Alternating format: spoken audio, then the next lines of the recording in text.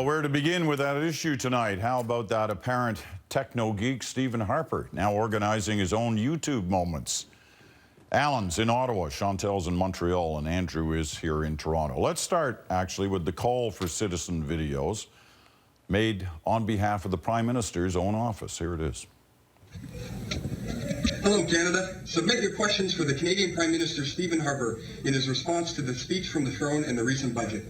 The Prime Minister will answer a selection of your top voted questions in an exclusive YouTube interview next Tuesday, March 16th at 7 p.m. Eastern Standard Time. You have until Sunday, March 14th at 1 p.m. Eastern Standard Time to submit your questions. Well, there you go. A video would make Stéphane Dion proud, the way that one was put together. We should say, well, that's not a PMO staffer, somebody from Google Canada.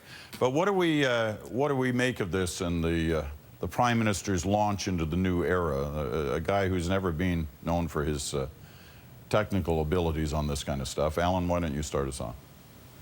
Well, the technology is new. The strategy is as old as the hills. As long as I've been involved in politics, the political communications has always attempted to get past the filter of the journalistic gallery in Ottawa and speak directly to the population. And that's what they're saying.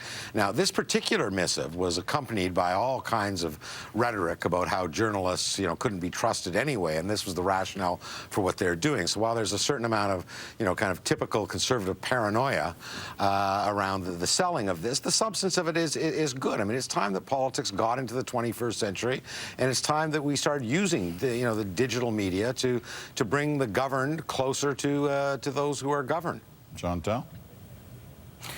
It was interesting that this morning Gilles Duceppe went on YouTube to tell people, look, the Prime Minister is about to speak, and you should listen, and you'll note that he's not saying anything you want to hear, and you should send them questions. It was like the House of Commons moved onto the social media and the internet, and that was a rather interesting moment. I think it's partly a ploy to try to reset interest in a throne speech that died awfully quickly otherwise, and I think it's also part and parcel of trying to bring Stephen Harper in image, at least closer to the people, to humanize him, and it belongs in the same category as piano playing on that score.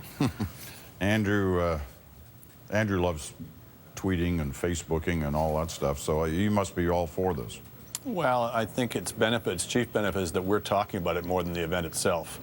I mean, the number of people who will actually watch it online will be a small fraction of the number that would be on if you, say, did the same thing on TV and had people write in or phone in questions or indeed post questions online. So the fact that he's doing it through the jiggery video of YouTube, I think, is more stunt value than anything else. The notion that he needs to get past the filter, I didn't notice too much of a filter when he played the piano. The press went gaga.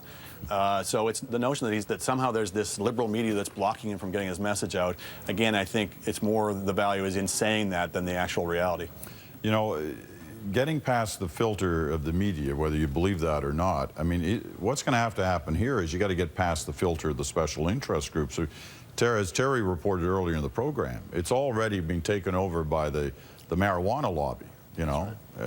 Well, when Obama did his town hall, that was exactly the most dominant question that was asked: legalization of marijuana. So what does that do to the process then? I mean, well, these things work. These things work best when you have what you might call mediated populism, when you have some combination of people writing in, phoning in questions from the general population, but then you have somebody, hate to use this word, filtering them, so you keep out the crazy. So you get the proper mix, which is you get the questions that are really on the public's mind, and I think there is value in getting outside the media circle where we're all just asking questions to impress each other and get actual questions from real people. The downside is you need to be able to screen out the yahoos. Oh, okay, the crazies and the yahoos, that was Andrew Coyne. Okay. Send your letters too. Yeah.